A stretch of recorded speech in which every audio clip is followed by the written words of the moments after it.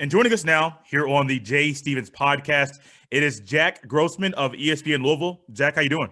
Doing great. Happy to be on. Thanks for having me, Jay. Yeah, no problem, man. No problem. Before we get into IU, the basketball team, how they've looked, how you think they will look down the road, quickly, what is it you do for ESPN Louisville? And tell us about the podcast that you host as well. I do anything and everything. So Okay, that can be okay. anything from hosting IU post-game shows like I did on the football side last Saturday against Wisconsin to producing stuff, loading commercials, board hopping national games, literally anything and everything that they asked me to do. I'm there just, trying to move the ladder. That's what you got to do, right? Right. And Exactly. then also I do host the Crimson Coverage podcast, which comes out usually every Monday. If IU basketball is a game or something, we maybe arrange that every once in a while. But just a 1 hour podcast, me talking everything IU sports. A lot of fun. You can check that out on my Twitter feed at Jack Grossman 97. Okay, okay. Did you grow up an IU basketball fan? How did this come about? I went to IU. I graduated from there in May. So I grew up obviously in Louisville, Kentucky, rule everything. So grew up a Louisville and an IU fan. My dad went to IU, so I kind of just like both teams. And then I ended up going to IU myself, so kind of became a bigger IU fan once that happened. And now it's just kind of, Louisville's again, U of L and UK dominate a lot of stuff, but there is a niche of IU fans and IU people in the Louisville, Southern Indiana area. So I'm just kind of using the podcast post-game shows as a way to try to connect to that area and get that niche kind of rolling there because I feel like just, kind of underutilized in Louisville, just the fact that there are actually IU fans in Louisville. About an hour drive away from Bloomington to Louisville. I live myself in Indianapolis, so I know my mom went to IU as well, so I got family ties there. So I know the drive. I've been to Louisville for stuff. I've been to Bloomington for football and basketball games. But it seems like, but I know you probably have friends that are like, dude, why are you talking about IU when you live right here in Cardinal country? Cardinals is right here, and you're worried about the Hoosiers. Do you get any family or friends that kind of give you a hard time jokingly about your Hoosier fandom? Every once in a while, I mean, like I'll talk the Cards and the Cats too. I mean, you have to if you want to be in this market. But it's all about just trying to find new and different ways to try to get on air grade content. And IU is really a good way to do that, and it helps that I've been covering teams and watching them closely for the past 4 years, so I'm in sync with the program. So I think it's a win-win for me and the station that we do get some IU talk on the station every once in a while. And this was not planned, but you mentioned IU football and what Tom Allen and the football team has been going this year. It's special. I mean, literally, I have never myself ever thought that Indiana would be this good, a top 10 team in any football year that's in my lifetime. What has it been like for you following this team, covering the team, and seeing what they're able to do week in and week out? Granted, they have one loss. It's to Ohio State. Everybody Ohio State has played has lost. So it's not like Ohio State, Ohio State played bad, but they still find a way to beat everybody that they play. With the IU football team in general, what about this year pops out into your mind when you think about how special this has been? The fact that they've actually gotten the fan base to pay attention to IU football is one thing. Good point. I mean, I think the Wisconsin game is a perfect example of Indiana football being different this year than what we've seen in the past. A lot of times, well, first of all, IU had never been able to win with defense before. If you think about the Kevin Wilson era, especially, it was the only way they were going to win a game is if they outscored you 50-49, and even then they'd probably find a way to give up a touchdown with no time on the clock anyways. So, but to win a game 14-6 at Wisconsin in Madison in December without your starting quarterback, to win with your defense, to have a complete team effort like that, and to deny the Badgers who are driving down the field with a minute and a half left to go in the game, that's something Indiana football never does before. They never get the big stop when they need to get the big stop. And that's something that they've done this year. And the Wisconsin game being the biggest example of that. And that, to me, is the biggest thing that Tom Allen has brought in. It's cliche-ish to say, oh, my God, the players believe they can win now, but they actually do think they can win. It's not an Ohio State that has decades upon decades upon decades of success to rely off of. Indiana's lost more games than any other FBS team in college football. So you go in there and you don't expect to win. And Tom Allen has gotten his guys to expect to win, and he's brought in a damn boatload of talent as well to go along with it, to where they have an actually really good football team that knows they're good and knows they can beat almost any team they put on the field. They would believe any team they put on the field. I still, Ohio State, Clemson, Alabama, I don't think they're quite on that level yet, but any other team besides those three, you can give Indiana a legit shot to win, because it's not just about Michael Penix. It's not just about Ty Freifogel. They have a lot of dudes, and they are really a complete football team, and it's something that I thought I would never see. Yeah, you mentioned Michael Penix, who's out for the year, I believe, with a leg injury. Then Jack Tuttle came in a couple days ago against Wisconsin, won that game on the road, 12 beat a 16, but it's still billed as an upset. If you think about program to program, Wisconsin program is more prestigious in football than IU's, but it's still the billing that, ranking aside, that still is quote unquote an upset to many people. Do you think, I'll make a statement here, then I'll see if you agree with it or not. I believe that next year, if they're able to keep Tom Allen, that IU football will be able to have success like this. Now, I'm not saying it's going to be a one-loss season throughout the most portion or through the end of the season, but it could very well be week 10 or game 10, game 11, game 12 with just one loss. I mean, you're playing Ohio State again. I don't know the non-conference next season, but if their lone loss next year could very well be to Ohio State again. And I think next year, if they keep Tom Allen, they'll have success again on the football field. It's the year after that I'm kind of uneasy about, because I don't know if the Hoosiers can keep Tom Allen locked up and if they want to give him the money that a coach that deserves if he wins this year, wins next year, and says, hey, I'm building something special. We have been going upwards for quite a bit. And then now, if you guys don't pay me, I can get offers anywhere around the country or the NFL based off what we have done here in Bloomington, Indiana. Do you agree that IU will have success next season on the football field? Next season, yes. They do actually have a home in Cincinnati that starts next year. Okay. So that'll be a really fun time conference one. I know the Bearcats are supposed to lose a lot of pieces from their defense. That's really been incredible for them this season, but that still could be a really fun matchup. Then you're in the Big Ten East. You're playing Penn State, Michigan, Ohio State every single year, and Michigan State, whatever Mel Tucker eventually gets them going, maybe, as well. Maybe. So, you're not doing any favors yourself in your division and with the non-conference schedule, but you bring back Michael Penix. They're really young. You bring back Tywan Mullen, who I would argue is the best cornerback in the Big Ten right now. You get a lot of pieces back defensively. You may or may not get Watt Fillier back, depending on what he decides to do there. Ty Freifogel's probably gone with the year he's had this year, but Indiana's done a good job replacing guys and really building depth and building up recruiting class after recruiting class. They're not recruiting at Ohio State level, don't get me wrong, but for Indiana, Tom Allen's recruited better than IU ever has before. They have a lot more talent, and they're developing the talent really well that they've done. As far as where it goes, whether Tom Allen will stay or not, I'll say two kind of nuggets on it. Because number one, Indiana's done a much better job the last decade or so to where they actually take football seriously now. I mean, they're paying Kalen DeBoer, the OC from last year, that's now the head coach at Fresno State, over $1 million last season. That was a huge deal for the program. Tom Allen now is making $3.9 million a year as the head coach. That's a really reasonable amount. It is. A lot of people when they hired him was like, oh, they didn't want to pay Jeff Brom, they didn't want to go out and pay anyone a legit amount of money. Because Tom Allen, before he got that contract extension last year, was the lowest paid big coach in Power 5, and it wasn't even close. But they have kind of upped his contract since then, $3.9 million a year. And he's a guy that's from the state of Indiana, seems to really love being at IU. So I'm not going to be naive and say, oh, he will never leave IU because that's his hometown school. That's where he wants to be. Obviously, Michigan calls. There's a chance he could leave. I mean, I'm not going to say there's no way you would leave IU for Michigan or for Texas or for something like that. But I will say there is a better chance of him staying than if you had a guy like, let's just say Jeff Brom or PJ Fleck, two names that were thrown around the same time that IU hired Tom Allen. There's a better chance of Allen staying at IU because of those ties than there would be one of those two guys. That's a good point. You make a very good point. And let's transition to the most popular sport at IU. You can't go far. And even growing up, all my friends, it was either IU or Purdue. Nobody talked about the football team. Nope. Antoine Randall played football. You talk about those games, what he did there. They still didn't win. He had phenomenal career at IU, went on to the NFL, did some good things there. That was about it. Nobody talked IU football. It was always IU basketball. And with this season, going into the year, you bring back Trace Jackson Davis. You have a guy like Christian Lander who reclassified to come and join the team this year. And this IU team, I think I'm going to say what I want to think. You're here with me today. I'll say mine in a second. Go for it. This IU team, thanks. That's what I needed because I need a little push. This IU team, I think, can be special. I don't know how special it can be with the talent, but I think that IU team, if they play at their best, can be, and I'm going to say now probably number 4 in the Big Ten just because of how loaded the Big Ten is this year with Michigan State, Iowa, Wisconsin, Illinois. There's so much talent in the Big Ten. It's gonna be hard for them to be. I don't think they'll be number one. They could be, but I just don't think they have the talent around collected together to be 1, 2, 3. They may probably slide into fourth, maybe fifth slot. And in a Big Ten, it's not a knock on you saying you're bad. It's just saying you're good, you're just not over the top just yet. This IU team, I believe, is special. Can be special. Do you agree with that statement? That depends. How would you define special?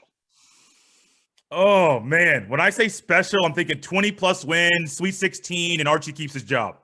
I would say. Sorry, I forgot how many games are this season, so I know regularly you're 20-plus wins. Yeah, sorry about that. So, I mean, I don't know. I think the absolute peak for this team, I would say Sweet 16. I'd agree with you with that. But there's just so much talent in the Big Ten, as you said, with Iowa, Illinois, Wisconsin, Michigan State. I'd throw Rutgers in there as well. They're going to be really good. Geo Baker, Ron Harper, those guys. And so I think probably IU's best case scenario would be finishing right behind those teams, maybe finishing ahead of a Rutgers in the Big Ten. But they can still have a really good year, as you said. Said even if they do that, because that's just how loaded the conference is. For me, I don't know. It's just I don't trust that this team can hit enough jump shots to open up the offense. It's the same issue every single year with Archie Miller. There's no way you're out of it. They're only shooting 29% from three so far this year. 1 year as centered around Trace Jackson Davis and now Race Thompson, who really seems like he's turned a corner, become a really nice secondary piece in that front court, to where you're going to play through those two guys in the post. You got to give them room to actually, do work in the post and be able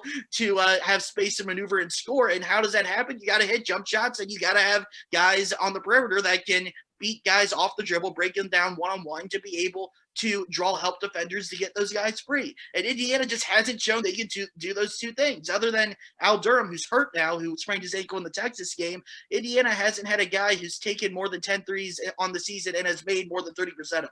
So, I mean, you just don't have anyone on there that's proven that they can shoot. Rob Finney, yes, 4 of 6 on the season, 67%, but he needs to take more threes. He's the one guy where you look at, like, a lot of these guys, like, okay, Armand Franklin can't shoot.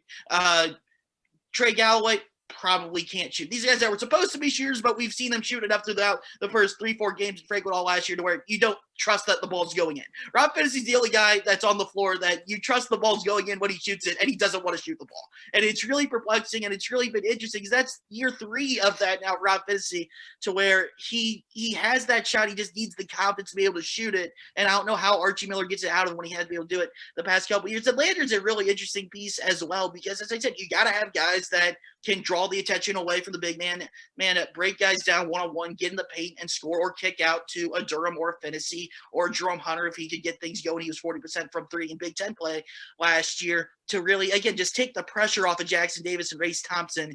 And Lanter just hasn't – I mean, obviously everyone knows he's supposed to be a high school senior this year. A lot of people give him the benefit of the doubt for that. I kind of don't, because if you go into college, then you're not a high school senior anymore. You're declaring yourself ready for college. So that may be a little unfair. That's just kind of how I feel about it, though. So he's a guy that I wish Archie would give him a little bit more of a leash, because it just looks like he's pressing on the floor so far, just trying to force his shot a whole lot and really not trying to just let the game come to him and just play his game. So he just kind of looks uncomfortable so far. They're going to need him to really settle in and just play his game later in the season if they have any shot of really being good. Because, again, for India this season, it's all about how you get Trace Jackson Davis and Race Thompson the space they need to score the ball. If you can do that, you feel like you're going to defend well enough to win most of your games. Even in the Texas game where you got demolished. I mean, 66-44. Come on, guys. But even in that game, you're only giving up 66 points to Texas. Indiana's defense has taken the steps forward that Archie Miller has wanted to see, to where if you can just get enough offense to win, you feel like your defense is going to keep you in almost any game you play. You made a comment about Rob Finney and his jump shot and it not being consistent or confident in shooting it. I remember when I was in high school. This is after high school. It was the Hall of Fame Classic or tournament at Newcastle High School. Lawrence Central, Kyle Guy, and Makai Biffle there as well. And then they played McCutcheon, which had Rob Finney. I forget who the second best guy on the team was, but Rob Finney and the other guy on McCutcheon, they were doing whatever they wanted against Lawrence Central. Kyle Guy, not the best defender. He can score with anybody, just not the best defender out there. And Rob Finney, I mean, I was like, who is this guy? I didn't know who else he was playing. All I knew was that Kyle Guy was playing, and I wanted to watch him play. Big Jim in Newcastle. I like high school basketball. Everything fit right together. So I went ahead. My dad and I took that trip from Indianapolis to Newcastle. Rob Finney was not afraid to shoot the ball at all against anybody. He could shoot, he could drive, he could do whatever he wanted to. He was rising up with a hand in his face, 3-point and behind the 3-point line, shooting it consistently. I'm not sure where the confidence went that he had at that point that he doesn't have now. Do I understand it's a quicker game, faster game, bigger, faster, stronger athletes? I understand all of that. I just don't know, Jack, where the confidence has gone to where Rob is. He was doing good in high school, and then all of a sudden gets to college, and that confidence you spoke of just is not there. I think part of it is he just I don't think he's ever really gotten fully comfortable playing college basketball because he's had a lot of injuries. He missed like a month, 5 weeks-ish his freshman year with a bad concussion. He comes back, and even then you could see he just wasn't the same player he was earlier. You remember early in that season, he hits a miraculous almost half-court buzzer beater to beat Butler. He hits a huge clutch three-pointer to beat Louisville in the last minute of that game that gave him the lead for good. He hit some big shots his freshman year, but he got hurt, and he just wasn't the same guy the rest of the season. Then last year, he misses the first 4 or 5 games with an injury. He gets hurt again middle of the year. And I think part of it, he just might have never gotten comfortable, which is really weird to say because we're in year 3 now of Rob Phinisee. But even when he's on the court, he still just doesn't look like he's fully comfortable with college basketball. And part of it, I mean, like last season, people were largely fine with it because, he was the yin to the yang that was Devontae Green, which was, I'm going to shoot the ball every time I touch it. I'm going to be wild. I'm going to be a point guard version of Troy Williams. That's what Devontae Green was for Indiana. And so Rob would come in and he'd just kind of be the calming force that would calm everyone down, smooth everyone up, not turn the ball over that much. But at the same time, you're not getting the offensive punch that you would get from Devontae Green when he was on his game, whenever that would be, which no one really ever knew from that standpoint. This year, though, you don't have that Devontae Green to play off. You don't have Romeo Langford from 2 years ago to play off of. He needs to be IU's lead dog on the perimeter. He needs to be an aggressor. And I think that's a mentality switch that he just hasn't made thus far to where I think it's concerning because, again, yes, I get it. He's had the injuries. He's a junior now. This isn't like Christian Lander, who's a freshman. As I said, yes, there are things I want to see from him. But at the end of the day, I'm sorry if I'm contradicting myself here. You feel like you have time for Lander to get better, even though it's concerning that he's not doing what you need him to do right now. You feel like he will get there eventually. Rob Phinisee, the 3rd straight year of doing this, you start to lose that confidence that he will get there eventually. And that's something for Indiana, especially if Lander doesn't get there this year. You can't be a really good basketball team if you just don't have any threat of scoring on the perimeter of a guy that can create his own shot off the bounce. Good point. Very good point. And it was not planned at all to get 18, 19 minutes in of you and I having a fun conversation about IU sports that Trayce Jackson-Davis would not be talked about within longer than a 5 to 10 second little short stint there. But Trayce Jackson-Davis before the season, I know he was on the preseason Big Ten team. I think he was preseason. No, I don't believe he was preseason Big Ten Player of the Year because Luka Garza. Right? Yeah. I'm like, I know he's good, but he's not that good. Yeah, Trayce Jackson. I had a buddy text me about a week ago. He goes, Trayce Jackson-Davis, Big Ten Player of the Year. I go, Luka Garza. He goes, can they just give him an award than give a normal award for everyone else? Because I mean, Luka Garza is the Big Ten Player of the Year. But in any other year, Trayce Jackson-Davis would probably have some sort of a shot at it, right? I mean, there's still a heck of a lot of talent there. I'd probably go Ayo Dosunmu before TJD, but I'd be like, he would have a shot. I'm right there with you. I mean, it's a lot of talent. I haven't seen Ayo Dosunmu play or Ayo Dosunmu, however you say his name, play just yet, or Luka Garza of all things. I've seen. I got maybe 10, 20 minutes in of Michigan State, and I said, "Oh, this Rocket Watts guy, I like him a lot. I watched Aaron Henry quite a bit. I like him, but Rocket Watts, that's kind of my guy." Trayce Jackson-Davis, averaging 21.5 points a game so far this year, 7 rebounds, 1.3 blocks per game. Taking another step and a step of leadership, I believe he will continue to take with this season. From what you have seen through 4 games in this 2020-2021 college basketball season, what have you liked and what have you disliked from TJD?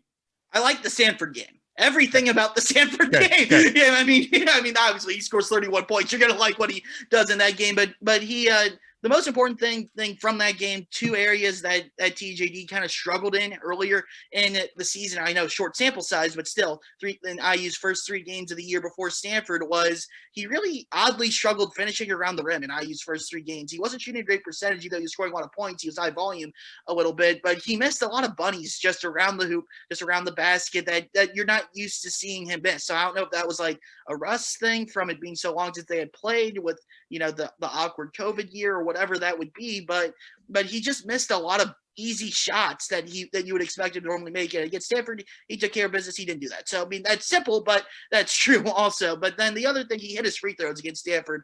Also, we've talked a lot about 3-point shooting, needing guys on the perimeter set up. Indiana also has to be better for the charity stripe. They've been really good under Archie Miller at getting to the free throw line. Keyword is getting to the free throw line. They have not done a great job of making free throws once they get to the free throw line. The Trace Jackson Davis in the Stanford game, I believe, was 10 of 14 from the charity stripe. That's a number you can live with any day, all day from Trace Jackson Davis. He's a really good rebounder.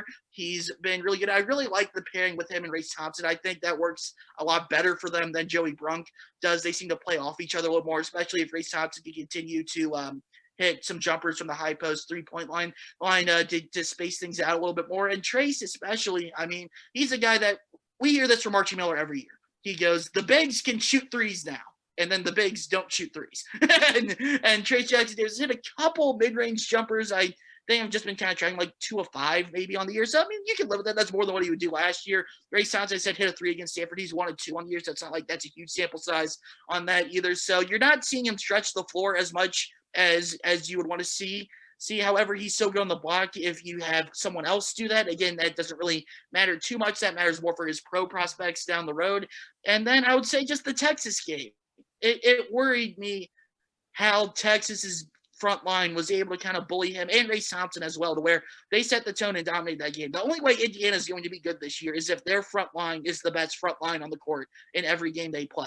And if you can't be the best front line against Texas, who again is a pretty good basketball team, they're better than what I thought they were ever going to be. It's sad that they lost to Villanova yesterday, and Chaka is no longer undefeated with hair, so maybe he'll shave again. But if Indiana's going to win, their formula needs to be they need to win from the inside out. They're not going to win any game they play where their front line is being outplayed, and that was really worrisome to see from Texas, especially when you consider again the teams that you're going to face in the Big Ten with Iowa and Illinois and Michigan State, even though their strengths more in the backcourt with Aaron Henry and Rocket Watts this year. You can always count on Tom Izzo to get something going on in the front court as well, to where if you're not winning the battle against Texas up front, what happens when you play those guys as well who have better front lines than what Texas have and will be more physical than what Texas was? Do you go away from going away from Trace Jackson Davis playing on the court to something that he's tied into being an Indiana kid? Do you put as much stock into recruiting the state of Indiana as other people do? Oh, you opened the can of worms there, Jay. I'm sorry. Perfect. No. Yes. Go for it. Go for it. Have fun, man. So here's my thing. I think you can recruit the state of Indiana. It is important to recruit the state of Indiana. However, you cannot only recruit the state of Indiana. Since Archie Miller's been at IU, counting grad transfers, so Evan Fitzgerald and Joey Brunk, he has brought in 14 guys to the program. 9 of them have been from the state of Indiana. And that to me says, okay, you're recruiting the state well, but you're not diversifying your recruiting efforts a lot. You got to be able to get a good player from wherever the heck he is from. And Archie Miller hasn't proven he can do that. If you get all the top talent in the state, it doesn't matter. I understand that. But if you're going to get Romeo Langford, that's great. But you need to get Trace Jackson Davis and Keon Brooks. You need to get you can't let Trey Kaufman and the Frost kid, I'm blanking on his first name, both go to Purdue. If you're going to recruit the state as much as you can, you have to get literally everyone. And Archie, while hitting at a high clip, isn't getting everyone. He hasn't proven he can go out of state and get a quality guy yet. Really, I mean, because let's look at who he's gotten from out of state. Jerome Hunter is a big question mark, and he's probably the biggest positive of what he's gotten out of state so far. And yes, he was hurt 2 years ago. Yes, he kind of came on a little bit last year. He's been disappointing so far this year, but he's a question mark. Other than that, I mean, you got Jake Forrester, who's transferred. That was a bust. Evan Fitzner, the grad transfer. That was a bust.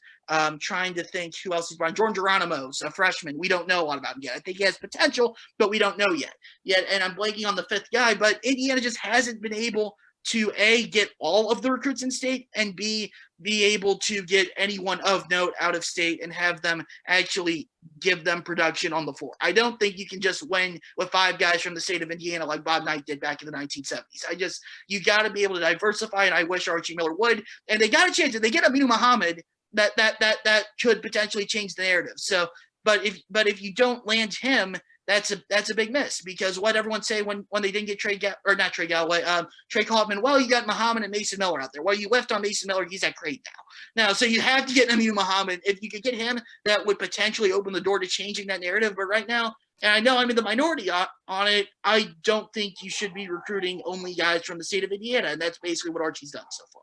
I'm right there with you. No, I 100% agree with that. I think you were mentioning Caleb first. Was that the guy you mentioned? Yes, Caleb first. Yeah. So Caleb first, and then you mentioned Keon Brooks Jr. I think Keon Brooks' dad went to Kentucky to play basketball. So if my memory's working correctly, he had that family tie. But you're correct. I'm right there with you. Indiana high school basketball, if you're here, okay, great. It's big, whatever. Okay, it's good. It's good for the state of Indiana. There's so much talent around the country. If you fall in love with one area that's just your borders of your state, you're missing out on so much.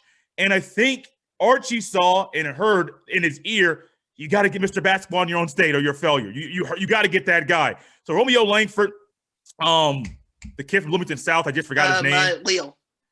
Leo, and then Trey Jackson Davis. Okay, great. You got all of them. But there's so much other talent out there around the country. At some point, you got to try and go out and get the McDowell All-American. Don't just get one, get multiple in the same recruiting class. Yes, it'll be difficult. You're not a Kentucky. You're not a North Carolina. You're not a Duke. You're not Indiana one of those. Fans don't like hearing that one either. They don't. They don't. I agree with you, but they don't like hearing that. No, either. They don't.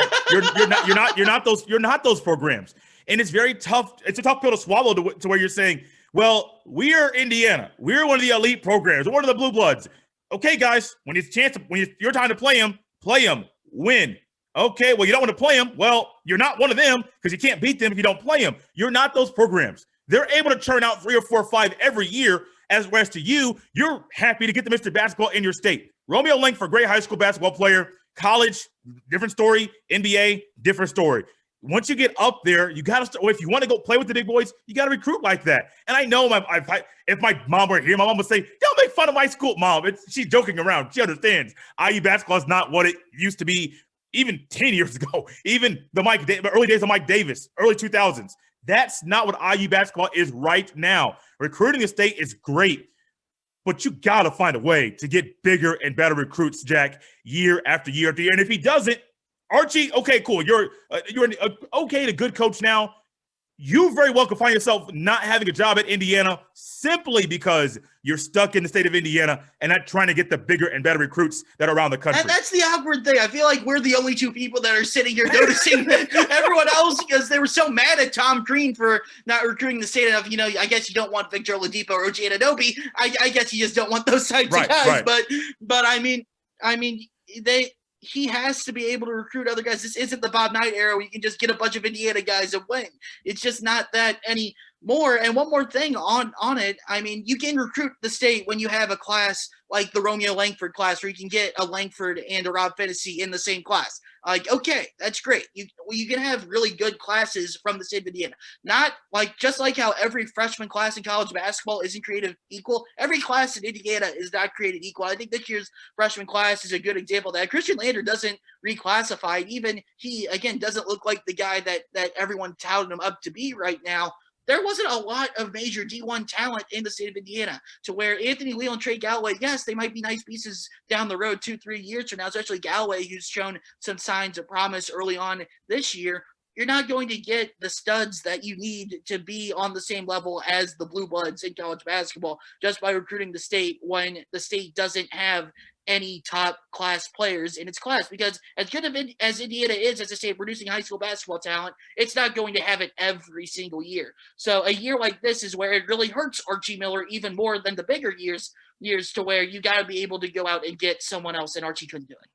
I just quickly pulled up the 2022 recruits in the state of Indiana. Just those that have already verbally announced where they're going to go. Deontay Davis just committed to Louisville over IU on Yes, Saturday. He did with his brother. And then you have Fletcher Lower from Homestead, Caleb First School, I believe, who just verbally committed to go to Purdue. And then there's a kid that's at Lala Muir up in LaPorte, Indiana, up Northwest Indy, who committed to go to Baylor. That's a prep school. So I'm a Indiana high school guy, so I don't count Lala Muir when it comes to these kind. Yes, exactly. These kind of conversations. But you got 3 guys right there, and that's number 2, number 5, and number 6, according to 24/7 Sports that already verbally committed. There was a time, and you would hope that eventually it comes again soon. This point of the year, 2022 class or whatever that next year is, Archie, IU, whoever the coach is, can get those guys to verbally commit a little bit earlier than expected. But right now, I can even go to 2021, and you'll see that Indiana's they're getting some top guys, but that's just the state of Indiana. And guys here, I don't know where, if I was a top recruit in the state and I had a chance to go to North Carolina or Indiana, I'm going to North Carolina. I'm not staying in Indiana. That's just me. I know a lot of kids here locally, they're going other places, not going that far away, but they're not trying to go to play to Indiana. Purdue's getting a lot of recruits. It would be amazing if Notre Dame could find a way to get those guys as well. Academics is a thing there, but Archie, man, he could honestly lose his job based off recruiting, even if he has a good Tom year. Green did. Let's be honest. He lost his job for two reasons. One, he didn't recruit the state enough, and two, he lost to Syracuse in 2013. Those are the two reasons he lost his job. Oh, man, that 2-3 zone, man. I'm sitting here like, you guys know how to break this. Just play basketball. They didn't do it. I was sitting there because growing up in Louisville had just played that zone 2 weeks prior in the Big East title game, and they shredded it on a 45-10 run to win the Big East title. I'm like, they were down. That's one. If you ever need like an old game or something, I know it was really popular early in the year. Pull up that game. Louisville was down 16 with like 16, 17 minutes left in the game. They won by 20. It's one of the more incredible things you'll ever see, just how they shredded that 2-3 zone. Just putting a guy in the high post that was Gorgie Jang for Louisville. You could have put Cody Zeller there for Indiana, a guy that's a big that can pass the ball, hit a mid-range jump shot, and just let everything else work around. The IU had the shooters to work off of that, but Tom Green couldn't figure it out, I guess. But it was disappointing, obviously. It was, Jack. This has been fun. If you could take some time, let people know where they can catch your radio show, the work you do for ESPN Louisville, and then also where they can listen to your podcast, the Crimson Coverage Podcast as well. Yeah, the Crimson Coverage Podcast that comes out every week, usually on Mondays. I'm recording that tonight, so that'll be out late tonight. If you guys want to listen to that can be found on my Twitter feed at Jack Grossman 97 or on ESPN Louisville's Twitter at ESPN 680, and that can be listened to on SoundCloud, iTunes, anywhere you can find and listen to your podcast, and then you listen to ESPN Louisville 680 105.7 locally in Louisville at 93.9 The Ville. You can also find it on the TuneIn app, ESPN Louisville, or ESPNLouisville.com. So a lot of ways to listen to the station. Again, Louisville, Kentucky Talk. I get my Indiana stuff as much as I can as well. And I have a lot of fun with it. I really appreciate you having me on, Jay. Yes, sir, Jack. Thank you so much. We'll look to have you on down the road again. Maybe Big Ten tournament time, kind of give you get a little preview, or maybe we might get you right smack dab in the middle of the tournament and have you come back on again. Jack, thank you so much for coming on here on the Jay Stevens Podcast. Anytime. Appreciate it.